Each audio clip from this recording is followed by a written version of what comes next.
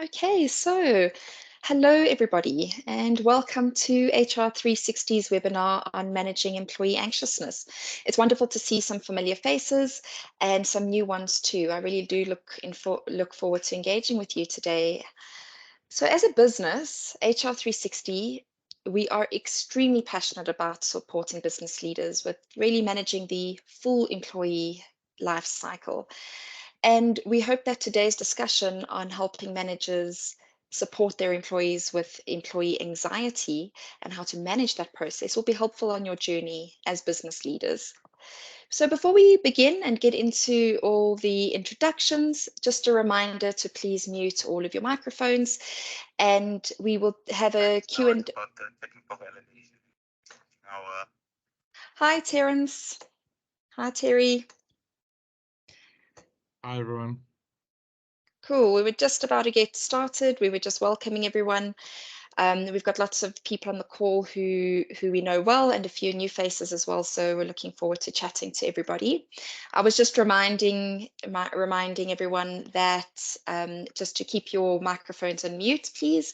So I'll be presenting. We'll be chatting to Marilyn, our guest speaker today as well. So she'll also be speaking to us. But we will have a Q&A section at the end of the session to answer any questions you might have. So feel free to pop your questions around today's topic in the chat function, and also feel free to comment. We'll be keeping an eye on the chat function, but we'll definitely answer your questions towards the end.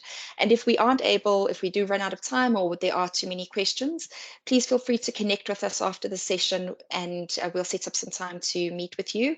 We do have all our details on the last slide, so look out for that. Okay, so just to introduce myself to those of you who are not familiar with me or who haven't met me or the HR 360 team before, I am Caitlin Watson, so I'm an HR and talent management consultant, and I work very closely with the HR 360 team. I focus on performance management, learning and development as well, and I'm essentially involved with supporting clients on their L&D and talent management and their org effectiveness goals.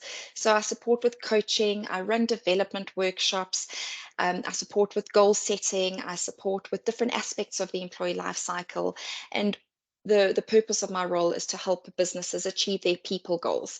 And so I work in the background with lots of our clients in ensuring that that happens. I've also got on the call today Nicole. So Nicole is helping me navigate all of the slides. So thanks so much. She's our tech support and will also be consolidating all of our questions. And then I'll introduce you to Marilyn Davis-Shulman a little bit later on. She's our expert, and she's going to be sharing some really useful information today on how to help managers manage employee anxiety. So let's go on to the next slide. Why is the topic of employee anxiety so important to discuss? I think we can all agree that the world in which we're currently operating, and people refer to it hybrid environment, new world of work, whatever we call it, the fact is that this world has changed and it's consistently evolving. And I think that it has shifted significantly since COVID. So we're helping a number of our clients still transition back into the workplace, and we've been deeply involved in understanding what are the anxieties that exist around that. And so it's made us acutely aware of why discussing the topic of anxiety is so important. Mental health in the workplace has become a critical issue, and a lot of business leaders are needing help in managing that, especially in this post-COVID world. And so workplace leaders are really being forced to recognize how the practices of the business and their personal leadership and communication styles are either enhancing the support of employees in dealing with anxiety effectively, or exacerbating mental health issues, and in turn creating a whole range of other issues that HR will then need to support with. So the knock-on effect of that is that it can often be seen as a costly exercise, a time-consuming exercise, if companies and managers don't have really sound. Hi, yes. Oh. To have really sound systems and processes in place to support managers and businesses in managing anxiety. So we will be speaking today to Marilyn, who will help us identify specifically in employees, what are some of the signs and symptoms that we need to look out for? How do we proactively support employees in dealing and recognizing and managing their anxiety? And what I'll be focusing on as well, and I think perhaps really importantly, is what are some of the practical ways for businesses to implement some systemic changes in their business that fosters, as we mentioned, proactively a culture of well-being that will help managers identify ways that they can support their employees. So not really just rely on employee wellness programs to reactively support employees, but what are some of those systems and processes we can put in place to support? Right. So just to give you an overview of the flow of the structure for today, so you'll know where we are at all times. So we're going to explore why are employees anxious and what are the key drivers? What are the trends we're seeing in the different industries we're working in? And then we'll hear from Marilyn around some of the solutions. And then finally, we'll summarize and leave you with some really great top tips that you can take away into your workplace. So we'll leave all the juicy bits for Marilyn's part and towards the end. So please ensure that you do stay on for as long as you can. We do think it'll be worth your time. And then we'll have our Q&A session. So we're looking forward to receiving your questions. Okay, so why are employees anxious? There are a number of things influencing the state of employees and how they feel when they show up to work, especially around their mental health. So we've identified 4 or 5 topics or key elements that we think are useful and that we seem to see over and over with the various clients that we work with and the various projects that we work on and the different businesses that we support. So the first, and this is often cited as the #1 reason why employees leave a business, is lack of career management and personal development. So that lack of growth, we often see, we define, resilience in an individual as hope for the future. So if an employee in their career can't see a future, can't see hope and that very clear growth, it's incredibly demotivating and an employee is likely to leave. So they feel demotivated if there are no clear pathways for them, clear development pathways. And what we mean by that is not only your career plan, so see how someone can grow in the business, but also how they can personally develop. So closing those skills gaps, building that confidence and ensuring that they are able to deliver effectively in their roles. Having a clear individual development plan is key for this. Also, what's really important for employees is being able to grow at a pace that fits their potential. So that's called being in flow. And that means an employee is fit for purpose. So that means that their skills are being utilized in the right role at the right time and at the right pace. So they are placed in a role at the right time in their career, which means that an employee is not stuck in a role where they feel stagnated, they don't feel stimulated, but they're also not placed in a role where we do want to stretch them, but we don't want to overstretch them, where they feel overworked, demotivated, and stressed. We don't want to place them in a role that is too complex for them at that particular juncture in their career. So it's important that we get that balancing act right, and having a clear career development system in place will support people with this. So, the performance management process, for many people, it feels like a swear word. We often see that this is a punitive process, punishment focused. We've got these outdated, old school approaches to how we manage performance. And what we want to see is a really empowering process that enables and supports employees in driving their own performance. So if we have poorly articulated goals, employees don't know how they contribute to the organization's bigger picture, and they don't know if they're actually delivering against expectations.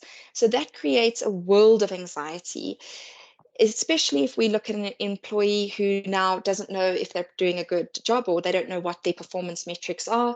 They are then micromanaged by their manager. It doesn't matter how good the intentions of the manager may be, if they are micromanaging an employee, it reduces autonomy. It creates a huge amounts of stress.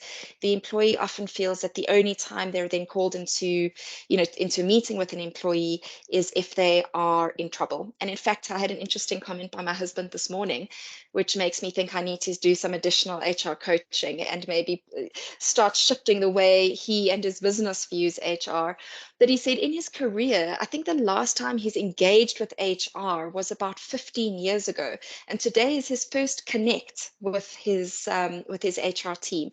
And I thought that that's wonderful because he's finally connecting with HR, but it makes me think about what the role of HR is in supporting managers with these sort of issues.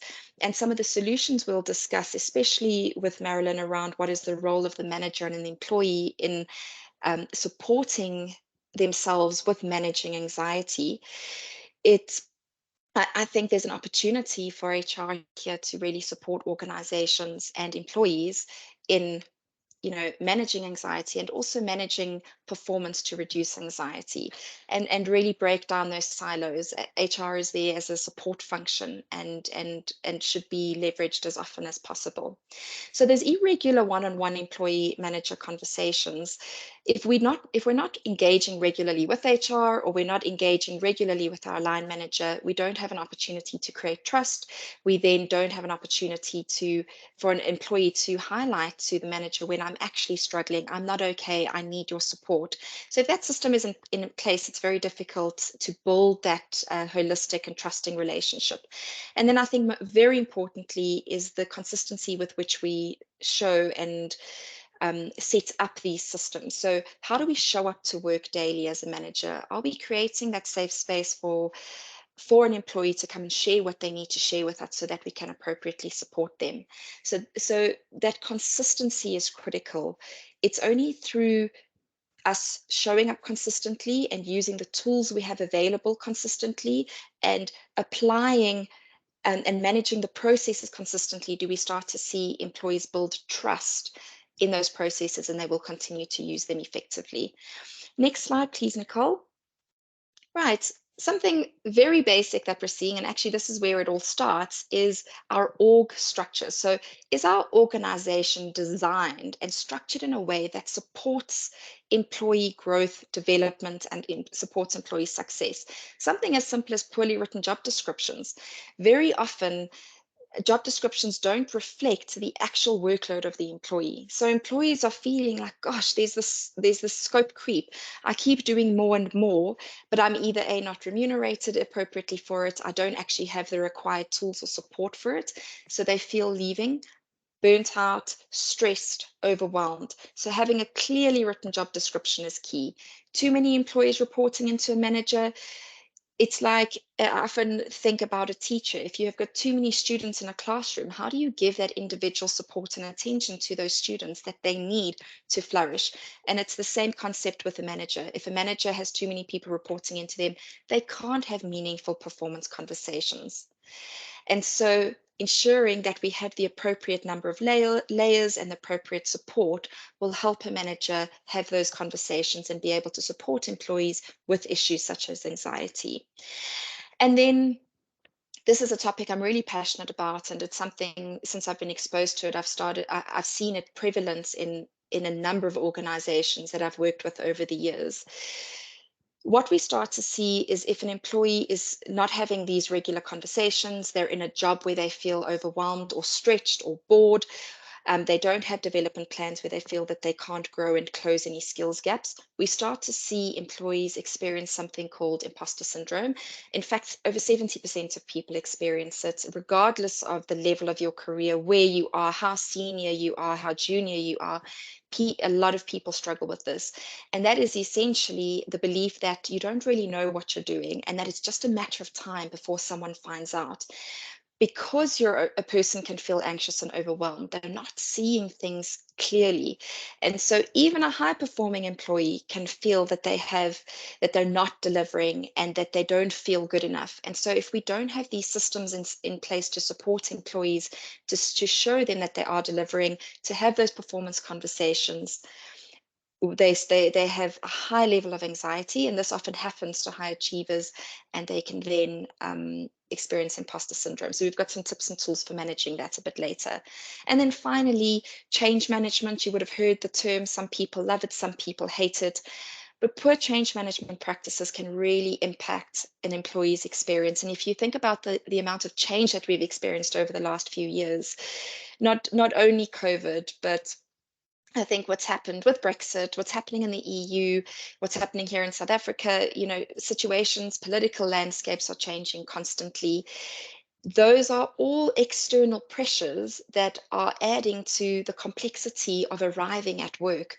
So when we have a change at work, so we have a restructuring, for instance, or we're designing a new product line, or we're designing a new process or a new system has been introduced, and we are now asking employees to get on board, adopt it, and use it, integrate into the system, and with this change a lot more easily, it becomes overwhelming for employees if we don't have change management processes and some structures that support businesses.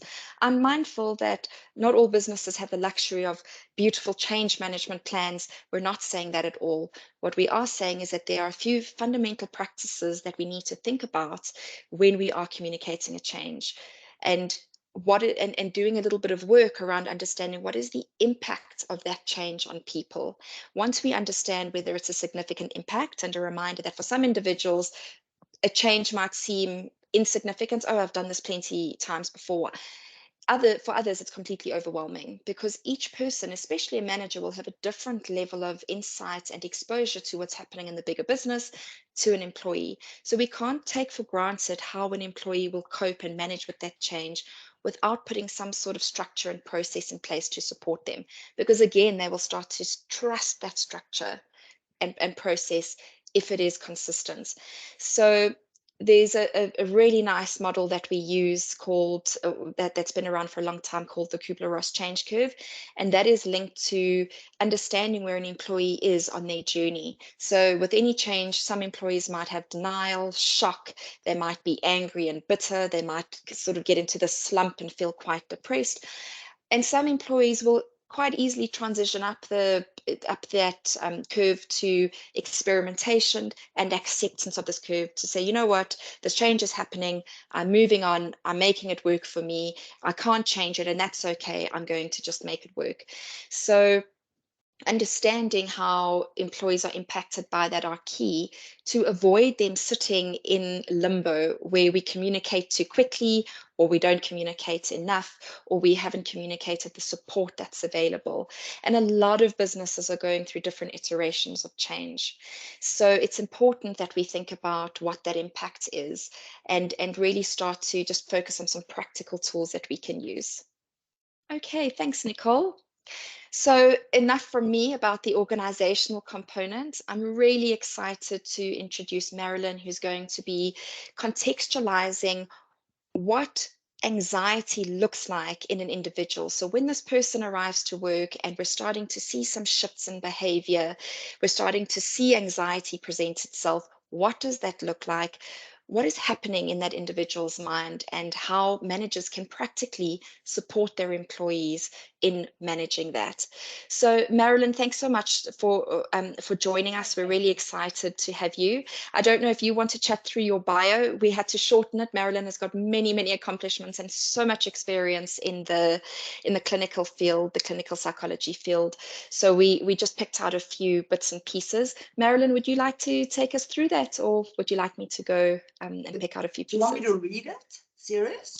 Not at all. No, just what is some of the work that you do that's really relevant today around helping employees manage anxiety? I know you speak about treating mood and anxiety disorders. Do you want to just take us through a little bit about what you do? Well, I'm a registered clinical psychologist, and I'm in a full-time practice. So oftentimes I will get people coming in with issues that they're experiencing in the workplace, and we grapple with how to sort of unpack and make meaning for them so that they can be sent back and be the best people they can be for themselves, and by implication for their own workspaces. So, yeah, and I think what's really important is I've had a lot of experience. There's no two people who present in the same way, and everyone comes with their own histories and their own narratives and their own stories and their own life scripts. So it's just really taking each patient for what they are presenting with and then getting underneath where this is all coming from. But that's not the point of today. The point of today is that I think you've asked me to identify and differentiate between anxiety or anxiousness and depression. And Depression. that Absolutely. They're often, people assume one links yes, to the other. Sometimes people use the terms interchangeably. So we'd love to get your clinical view on defining and classifying the difference between the two.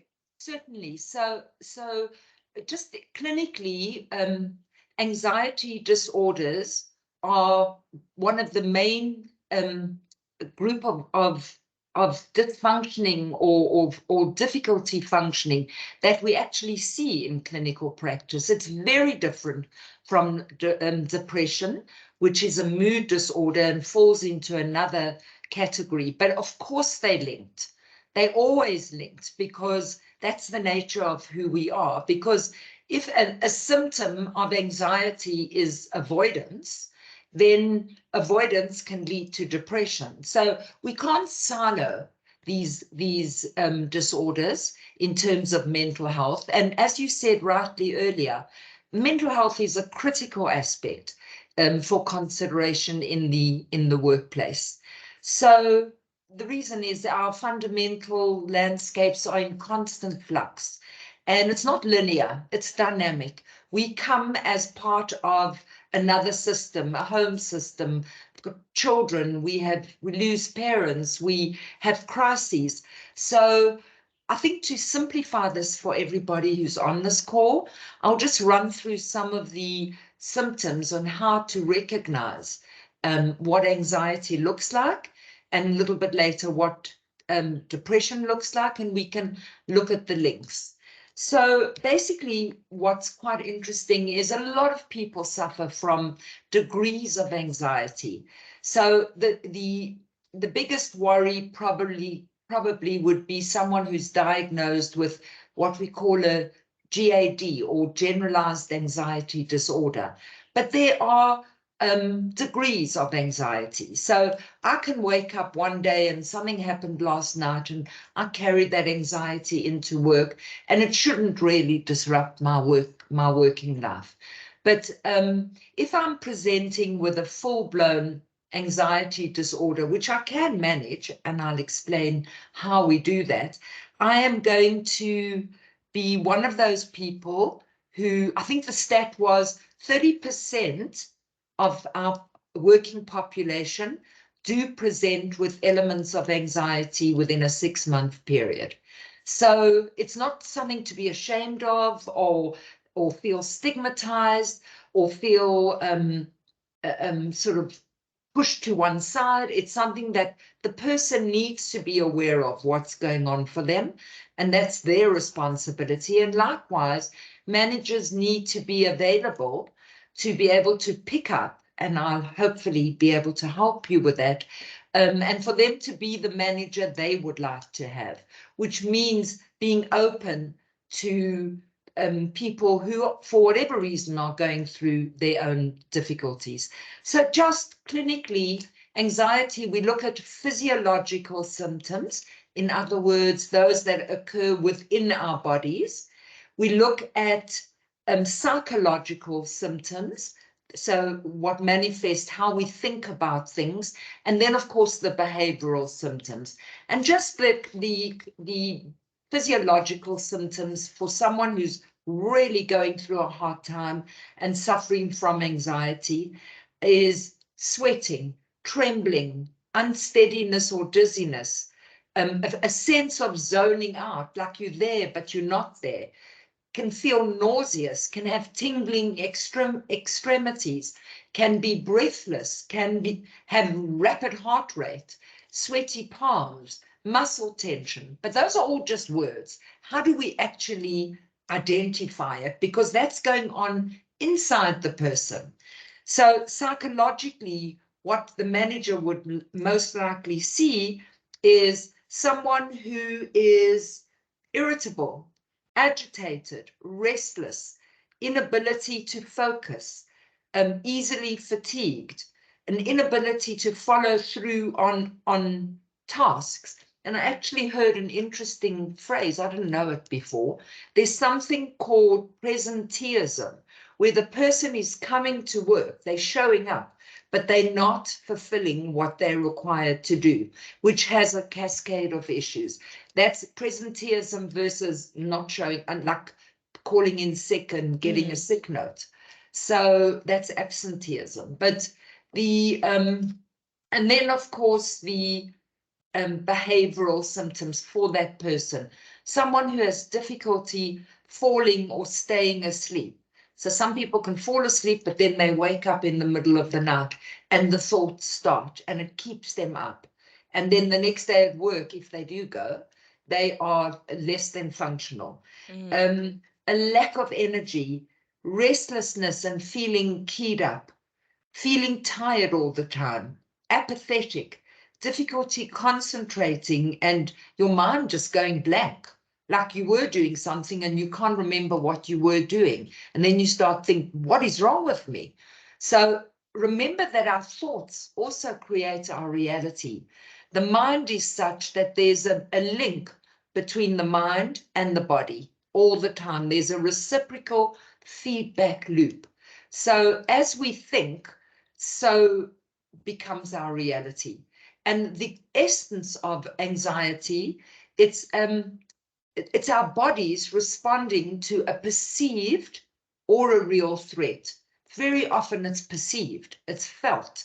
It's the acronym for FEAR, fear, is, and as it applies to anxiety, is false experience appearing real. To that person, it is real. To somebody else, they'll think, well, actually no, but in that moment it becomes manifests as if it's really happening. And so what the body does and the brain does is it prepares you to escape whatever the threat might be looking like, whatever the imagined threat may be. And the symptoms I've described to you are as a response to what's going on in your mind. So before we get to this, I just want to say something about depression, because depression is different. It can be accompanied by a level of anxiety, of course, but it falls under the category of a mood disorder. And again, it can be mild or moderate, or it can be severe. And it usually occurs in episodes. And for people with severe depression, they can function at work, provided they are doing a lot of self-care, which I'm not going to go into here at all, but they need to have a handle on it, so that there's no all fall down at work and it becomes everybody's problem at work. So just basically, the criteria for depression is a feeling of emptiness and flatness most of the day, nearly every single day, a markedly diminished interest in or pleasure in activities that you used to love. Used to love it, you can't get the motivation to actually engage in those activities. It's too much energy. You lack energy. You can hear how it's different from anxiety when I say it like that, I hope. And then it also, insomnia, you can't sleep at night, or you sleep so much, all you want to do is escape and pull the blankets over your head and shut off the world. That's depression. Noticeable agitation, or almost what we call dissociation. You're there, it's like highway hypnosis. You're there, but you're not there. So you're going through the motions of daily life, but you're not in your life. That's depression. Fatigue or loss of energy almost every day. And then feelings of worthlessness, excessive or inappropriate guilt, sense of failure. And I think, Caitlin, it links with what you referred to earlier as imposter syndrome. It's all linked into the thinking the individual has around who they are in the world. And when you are beset by either anxiety or depression, your mind can't think straight. And I'll explain that to you shortly when I look at the slides that I gave you. So absolutely. And I'm thinking, people can be going, individuals, employees can be going through this anxiety, going through this depression, but they are functioning. It's just we can't see all of this going on in the background. So I suppose as a manager, we'd need some tools to be able to identify how to notice those symptoms and then, support the employee in addressing those, or perhaps when the employee is not even aware. But I think what would be great, I'm thinking as you were talking about being present, but not, being present, but not fully engaged in what you're actually doing. If I think about, and I'd love to hear your view on what's actually going on in the brain. So you were talking about that fight or flight mode. So I'm thinking about an employee who is, coming to work, they are doing what they need to do, sometimes delivering, okay, and other times just not delivering, missing deadlines. The manager has had multiple interventions. They've tried to talk to the employee. They've tried to support them. They've put them on a number of individual development plans, and nothing seems to be working. They just can't shift that performance. What is happening in that employee at that moment, and why are we not seeing that shift? So psychologically, the manager is highlighting that this is a problem, this is what needs to change, this is how I can help, but there's just no shift happening. And I'm thinking specifically that fight or flight response. So I think what you've said is extremely, extremely important, because like I said to you earlier, we are wired for survival as individuals. So if, as you described, there's an employee who is not performing appropriately, adequately, I think that the first sort of port of entry would be for a manager, because we try to fix things. We try to send them on courses, and all that does is, if they are in a vulnerable emotional state, it's just overwhelming them, and they're feeling more and more and more like a imposter or a failure or worthless or shamed, and have a diminished ability to think or concentrate. So it's not doing what it's meant to do. For me, the most important, yeah, I agree with that. Somebody just put a thing on the chat show. The important thing is to have an open channel of communication, and where the employee also has to take responsibility for knowing I'm not okay, and should be able to speak to the manager by saying, I recognize I'm not okay. I love my job, but it doesn't feel the same. So I need to also go for my own work with a professional, because not the manager's responsibility to save all their employees, but it is, I feel, the manager's a good manager, I think, would be open to picking up changes in each of the employees, and providing a context to hear if there's something he can do, or by referring them or encouraging the person to go for their own help, while still containing them without shaming them and all the stuff that goes with it. The problem with before I go on to these slides regarding the brain is, I think when we chatted before, Caitlin, I said the yardstick of a fully functioning human being, quite very simplistically put, is the capacity to work, to play, and to love. That was Sigmund Freud, who identified that's all we need to do. Obviously, each of the criteria, work has got a much more detail, play's got much more detail. What does that look like? And loving is also the capacity to have loving feelings. If you are in a state where your where you are very dysregulated. That's a clinical term. Your nervous system is it's unmanageable in terms of being able to think when you need to think, and react when you need to react, and feel when you need to feel. If there's just a shutdown, which is the freeze response, or if there is agitated responses or difficulty getting along with your colleagues or your peers, we know then that that person's nervous system is dysregulated, and we need to be able to get them the correct help so that they can learn how to self-regulate. It's a skill. It is. It is. You're right, Marilyn, and I think you've made such a relevant point around the manager. You know, I've been a manager myself, and also experienced challenges in my team with mental health, and I think we're a lot more aware of it in the last 2 or 3 years, and we have a lot more tools at our disposal. But there is huge pressure on the manager to feel that they need to rescue or to play that role of psychologist for the individual.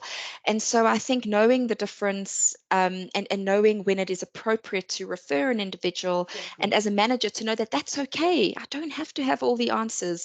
I can use the toolkits I have available, or the tools I have available to me that have been provided to me by my company. But actually, there is the role of the psychologist and a professional in supporting this employee, and I don't have to be everything to everyone. So I think that's so relevant. It's very, very accurate. And I think the concept of, as the manager, we don't want an apathetic manager. We don't want an overly sympathetic manager who gets engulfed in all the issues the employees bring in. We just need somebody who has a level of empathy, who can get a sense of what it must feel like to walk in that person's shoes and to take the correct action so that it doesn't become an issue inside the workplace. That I think is important. And then the other thing that I also learned is, at university, you cannot not communicate. So if I'm somewhere, I'm going through the what looks like the routine of a day at the office, but I'm there, but I'm not there. I'm communicating something, even if I'm not acting out. So for the managers, I would keep a look at any change in behavior, that even if there's not drama or chaos, there's some subtle change in behavior, because you cannot not communicate. We communicate all the time, even if we don't say a single word. And the other thing that I think is quite valuable for each of us individually is to know that if you don't express either, to the appropriate place, then you explode. And that means you either get sick or you lose the plot and become a drain on the actual team that you're in. So yeah. Thanks, Marilyn. So relevant. I know we've got some amazing slides here that let's just run through these slides, because I can't go into too much about the brain, but just simplistically, we experience our world differently from each side of the brain. And if you look at this diagram, the left brain is the brain that we mostly use at work. It's called the chief executive brain. It's responsible for planning, for problem solving, for rational, conceptual, analytical thought. It's part of our coping ability, carrying on with daily life no matter what happens, and our verbal and narrative memory. And compare that to the survival brain. The survival brain is the creative brain that we use when we're playing and we're having fun with our kids, but it's also the survival brain. And remember, the minute the body or the person or the individual feels under threat, they will go into what are a normal response, like any animal. It's like any reptile, like any I don't mean reptile, I mean mammal, who will go immediately into a fight, flight, freeze response when they are under threat. And remember, I said earlier, it can be a perceived threat, but it feels for the person as if they are being threatened. Absolutely. I'm just thinking about performance feedback conversations when, Yes. like, your husband says to you, or your wife says to her husband, we need to talk. That is, Yeah. that feels threatening. It feels they're anticipating You something you go difficult. straight Straight, into your trauma brain. that's So it. I put on this slide just to show how our nervous system helps us to defend ourselves. It's natural, it's spontaneous, and when we say this doesn't happen, the minute we say we need to talk or come into my office, the amygdala, which is a part of the brain, we call it the smoke alarm of the middle brain, of the limbic system. If it perceives a threat, there's a cascade of cortisol, the stress hormone, and immediately you move from this brain, your prefrontal cortex, which is your thinking brain, which is your chief executive brain, into your trauma brain, which is now going to help you to fight or flight or freeze or give in. So that was just a little diagram to show you that this is what happens. And then that last slide, I think that's the last slide. It is, I yes. just try to explain that the minute we are perceived to be, we perceive a threat. It doesn't have to be a real one. It can be our perception. And notice that this was made in 2006, the slide. And I would have put a 2023 one on, but it's the same. There's been when we get triggered, when we get upset, when we feel under threat, we go into what's called hyperarousal. And that is the fight and flight response. And basically, that's when we overwhelmed, panicked, impulsive, hypervigilant, defensive, unsafe, reactive, and racing thoughts. And that's where these collisions, metaphorical collisions, happen in the workplace, because the person is acting from their trauma brain and not from their thinking brain and planning brain. And then the window of tolerance basically is simply an imaginary space that we all need to try and be in so that we can think and feel and respond within that window of tolerance. So we don't get triggered and either shoot up into hyperarousal, fight or flight, or drop down to where you switch off, you numb, you disconnected. So that's just those little diagrams that I hope Thank you. can help. They definitely have. I think the reality is that we do have these physical responses that sometimes are not controlled. So a manager can do as much as they can to support an employee, but Yeah, understanding what is happening in the employee's mind is key for them to actually manage it. So I'm mindful that we are just a minute or so over. If you wouldn't mind bearing with us, and so that we can just close off and answer one or two questions. Marilyn, thank you so much. We really do appreciate your input into what is going on with an employee. How do these symptoms present themselves? I'm sure you have many examples that you can share with us. And if anybody wants to connect with Marilyn after this to get some more info just on managing the process, please feel free to reach out to us. thanks everyone. Thanks, Marilyn. Okay, Nicole, I wanted to just do a quick summary. So from an organizational perspective, there are a few things that you can do in addition to the recommendations that Marilyn has made around how do we approach an employee. It's about creating that space. It's about knowing when to refer. It's about understanding what's in your toolbox and knowing how to use it. There are a few things. We can upskill our managers, and yes, we can send them on training, but really it's about helping them understand what tools are at their disposal and how to use them effectively, and knowing which ones to use in which situation. I think the social structures are critical. So we can have all the beautiful toolkits in the world to enable a manager to manage mental health and support around anxiety, but Have we created the space for employees and the systems that make it okay to have those conversations? Have we created time? Have we made it okay for employees to be able to come and speak? So that's speaking a lot to that organizational culture. And I think importantly, are we being recognized as humans holistically? We bring our full selves to work, as Marilyn said. We don't bring these, robots who can only do work. We bring our authentic selves, and that means all these different perspectives, that means different emotions. And if it's not up to the manager to manage all of those emotions, we put systems in place like performance support, like career management, like these social structures to help managers navigate all that complexity, all that gray. And so if we've got a really clear performance management system that's fair and concise and consistent, employees will feel that they can manage their anxiety around performance, and they'll feel supported. And then finally, we spoke about all of those change management support tools, specifically that Kubler-Ross model, to help employees navigate their emotions and their anxiety around that. So if we do have time just for a question or two, Nicole, if you wouldn't mind going to the next slide.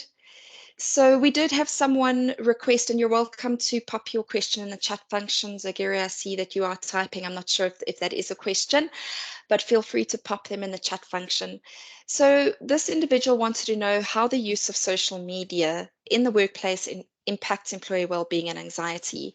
And I think this topic has been debated endlessly. Marilyn, I'd also like to hear your view on this, if you have seen the impact of social media linked to anxiety in your patients.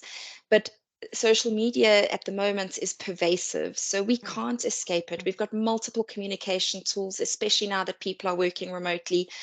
We have all these WhatsApp groups where, people will be sending messages late at night, considering that we're working across time zones. We feel the pressure to be constantly switched on and to constantly be seen as being online and being engaged, even when we are in our home environment and we have the permission outside of those work hours to be relaxed and to be disengaged and spending time with our family. So I think the fact that we're constantly switched on is creating huge anxiety. And I think looking on LinkedIn and having huge imposter syndrome, we see on LinkedIn all of these amazing achievements that people have placed. They've got their qualifications, they've got all these beautiful articles that they've written and podcasts that they've done. That is contributing to a huge amount of employees' anxiety, where they feel, gosh, am I marketable? Am I good enough? Do I stand up? Am I doing enough? Am I ambitious enough? So I think these platforms create that subconscious stress that, am I enough? And that creates a huge level of anxiety coming into the workplace. Anything from your side, Marilyn, that you've seen around social media and anxiety? I think that you've said it really well, and there's just not enough time now to actually go into it. But you're correct. You're never away from thinking, you're being watched and you doing a lot of watching, and that does create a level of am I enoughness? We call it enoughness, but we Definitely. are all enough, I can tell you. For sure. Yeah. Absolutely. Look, well, that's what my mom says anyway, and I'm going to believe that. But Zagera, thanks for your question. How do we as managers reset the fear that employees have regarding KPIs? I often receive defensive preemptions before employees sit down for a discussion with me. Absolutely. So I think the most, gosh, I could go on for this forever. I absolutely love performance management. I'm deeply passionate about it and believe if it's implemented correctly, it can be a game changer for an organization. It doesn't have to be that old school concept of performance management, but we do need some practical elements that are consistently applied. So the one being involving the employee in the goal setting process, not letting an employee inherit a set of goals to say, here are your goals. As a manager, it is your job to cascade the strategy down to the business to say, these are the priorities. These have been set at the various levels. How do you contribute to that? How does your team contribute to that? And how do you as an individual contribute meaningfully to that? And then you agree together to say, right, these are the time frames that we're wanting to achieve these, and these are the resources that we need to do that.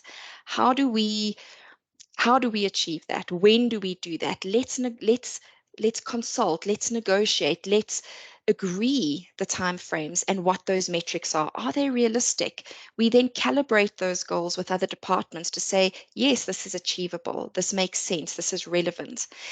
And so I think by introducing some templates that are consistent, that people can understand, by contracting with the employee, including them in the process, and agreeing regularly to check up on, not to check up, but to check progress against those goals. So those one-on-one discussions to support that performance is critical. And so that KPI will help us define what good looks like for the business and what that good looks like for the employee, and then marry the two together so that there's that accountability and commitment to the process. Zagira, I hope that answered your question. Okay, do we have time for one more? I know we are over, but it looks like everyone's still on the call. If you've got time for one more, then we can answer one more and close that. How can we help someone who suffers from anxiety by just coming into the office and struggles being around people? Marilyn, I think this one's definitely for you if you're comfortable answering that, or we can take that one offline. I'm comfortable. We can take it offline. So it's you've got to be a presence for that person. You need to be a presence. You need to be able to hear it, but there's got to be boundaries. Otherwise, it just won't work out. So I'm willing to think about it further, but I Perfect. can't give a definitive answer, boom, with the full stop. But Sure. it's a real issue, and I think it's a good question. And especially as people are struggling now to transition Mm, back into the work mm, environment, those who've been working remotely, we're seeing very real anxiety around being around people. And mm. so this is relevant, and what we'll do is, Marilyn, maybe we can Of share that course, response then with Chloe. We can think about it, and Chloe, please feel of free to course, touch base with us. Brilliant. definitely. Okay, everyone, thank you so much. So if there are any further questions, please email us. This is such a great topic, and we really do believe that we can help. We've been there, we've done that, we've bumped our heads. So if you do need any support, feel free to reach out to us, or just want to sense check what's happening in your business or in your industry. And then I wanted to say thanks again to Marilyn for your time today. You. We really appreciate your input. Thank you to everyone on the call. Thanks, Nicole, for being the technical genius behind all the navigating the webinar today. And thanks to everyone, and all the best as you navigate this new way of working. And it's been really good to connect. So thanks, guys.